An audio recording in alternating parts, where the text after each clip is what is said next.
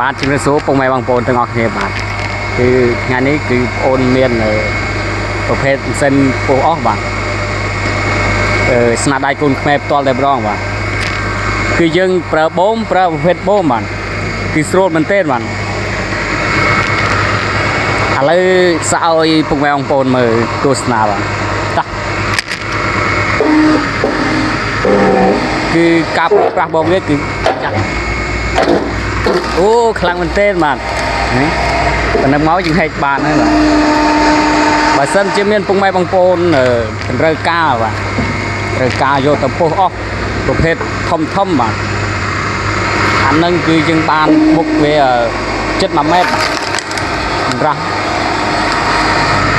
គេថាស្រួលមែនទែនបាទគឺប៉ុណ្ណឹងយើងហែកបានហើយប៉ុណ្ណេះហែកបានហើយ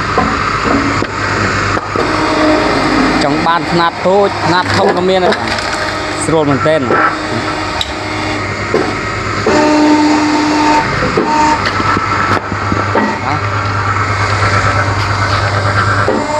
តែឥឡូវយើងសាកចាប់ដើមຂະຫນាតតូចពោះឲ្យតូចតែម្ដងប៉ុណ្ណឹងយើងហែកបានហើយបាទបើសិនជាមានពុកម៉ែបងប្អូនណាត្រូវការបាទប្រភេទម៉ាស៊ីនពោះអស់បាទយើងមិនបាច់ប្រើបថៅប្រើស្អីទេគឺយើងប្រើម៉ូទ័រតែម្ដងដោតទឹកភ្លើងមកព្រុចមើលជប់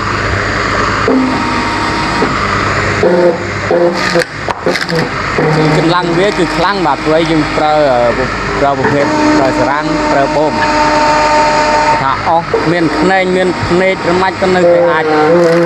ពុះបានបាទមើលកម្លាំងវាខ្លាំងមែនទែនអស់នឹងប្រភេទអស់ភ្នែកប្រភេទអស់ភ្នែកតែទៅបត់ជាប់ទេបាទព្រោះយើងប្រើបូមគឺកម្លាំងវាគឺខ្លាំងមែនទែនអូសុទ្ធយអត់ប៉ុណ្ណឹងយើងហែកមកហើយបើសិនជាមានពុកម៉ែបងប្អូនណាត្រូវការបាទត្រូវការអាចទាក់ទងបានចាំប្អូនដាក់លេខនៅខាងល